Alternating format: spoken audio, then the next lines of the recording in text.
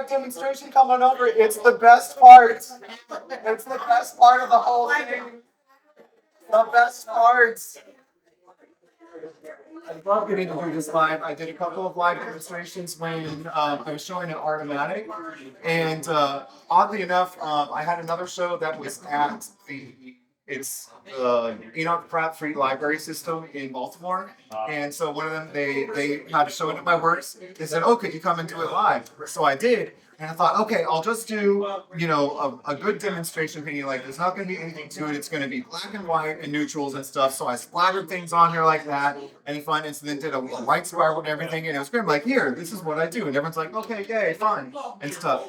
I put that painting up in my showroom at Artomatic. Like, it was a demo painting. It was just that was the first one that sold. What? What? The demo painting? You don't like the other ones? You want the... I mean, fine, buy the painting, but still, So this apparatus right here is actually the first one that I ever built. I took it back out on the deck behind my house. I had a piece of cardboard out there, and I tried it out. It didn't work the first time. Did it again. It worked. I got the piece of cardboard framed. It's in my house. Well, it's not my house anymore because I got to pack my house and go. So it's great, but I have, as you can see, a very sophisticated setup of PVC pipe, string, and red solo cups from 7-Eleven. And it really is. There's a 7-Eleven a block and a half down the street from my house. I ran out of cups one time. I walked down the street and got more cups from 7-Eleven. Ain't no me there. So, anyway, she doesn't know it, but this painting is for Alex. Yes, it is. She said that she loves greens and golds, so that's the color palette that we have here. And I happen to have these two great colors of green, and we're going to mix them together. Usually I choose like one color of paint for a spiral, but this one's going to be, I'm using, it's sort of like a Kelly green color, and this one is a mixture of actually a color called Restful, and then also a color called Verdigris. So they're both going in. Now we're just going to do a couple times. There's some of that, and then this one, and this one. And usually like a full cup of the paint is what is necessary to make this happen. And the reason why is you don't actually end up using all the paint in the cup, but you have to have enough in there so that the gravity like pushes down on it so that it can keep coming out consistently and stuff. So the cup is full of paint. We'll put the last bit of the green in there. That'll be good. These can go over here. And then I also use a sophisticated set of screwdrivers and nail clippers to poke a hole in the bottom of the cup prior to this. And then you put a piece of tape underneath. And then I put this into, which is another like part of a red solo cup from 7-Eleven. Yes, it gets funnier and funnier. It doesn't work with cups other than 7-Eleven, correct? Yes. You can get them at Food Line as well too. And a lot of times you'll see when people do this kind of artwork, they usually have the whole can of paint and they're swinging it from the ceiling. I was not going to put, a bolt into my ceiling and stuff, so that's why I built this thing. And it turned out it's great because I can transport it with me to go places, so it works out well. And so in addition to taping this on here, it's so that I have like an interchangeable setup, and I can always just, put a new cup into this thing. I don't have to continuously put a new container on it and everything. So, it's very green and environmental of me, if you will. Yes, very sophisticated. Like we're exuding sophistication today. So here's this part of it, and it's broken many times, and I've just taped it back together. The other thing is, this is a roll of tape that has been with me since the beginning.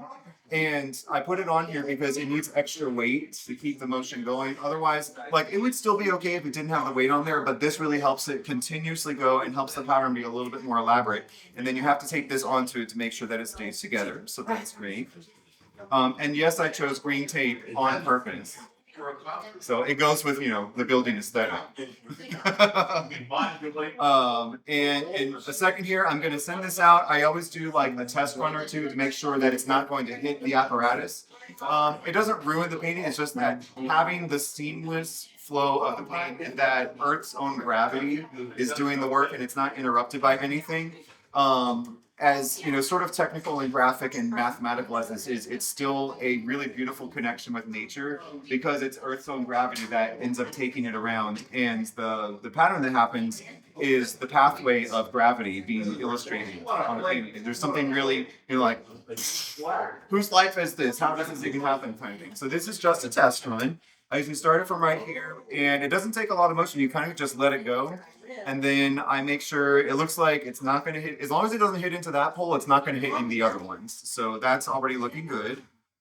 All right, and I can probably even give it a little bit more motion. So this is test run number 2. That'll be good. Okay, we're ready to go here. Who's ready? Hands, who's ready? You ready about to? Yes. Some people will take glasses of wine too. Don't worry, I'll join you. All right, so let me find the bottom here. And I eventually have to get out of the way too so that I don't interrupt the process. But here we go. And there should be 2 colors of green that comes out. And you just let it go. Yeah, it's fun. I think there's either the paint has mixed together. Yes, we made it. We're gonna be good. Yeah, and then like I often say that like the painting will talk to me and it'll tell me when it wants to be done. And so the pattern can kind of go for anywhere up to like, a minute, minute and a half, 2 minutes, 3 minutes, sometimes 4 minutes for a larger painting. Usually the larger canvases give you much more opportunity for an elaborate pattern because it can keep going and keep going. And the other thing about it is that you can do what you could call like a very, back and forth across that's elliptical, like an elongated oval and everything, or you can do a circular pattern. The elliptical will give you these lines that cross over each other, and if you go in a circular pattern, that one will give you more of like sort of a whirlpool where the lines, it's like ovals inside each other that don't ever actually cross over. So this one's going to give us a lot of lines that are crossing over, and because it's square, it doesn't necessarily have to orientate itself. It's like this could be the bottom, that could be the top, that could be the bottom, that could be the top. It doesn't matter. We just kind of keep going, and then when the painting's kind of like, you know what? I think my pattern's done. It'll say it, but it only says it to me. So if you hear it, get yourself checked out. It only says it to me. Yeah. This is going very, very well. I'm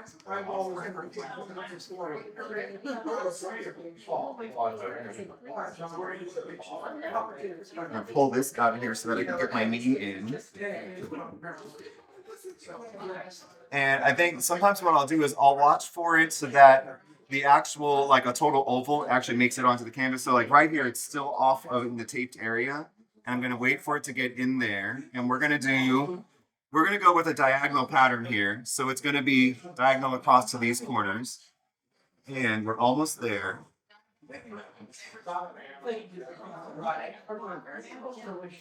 It said it was done. So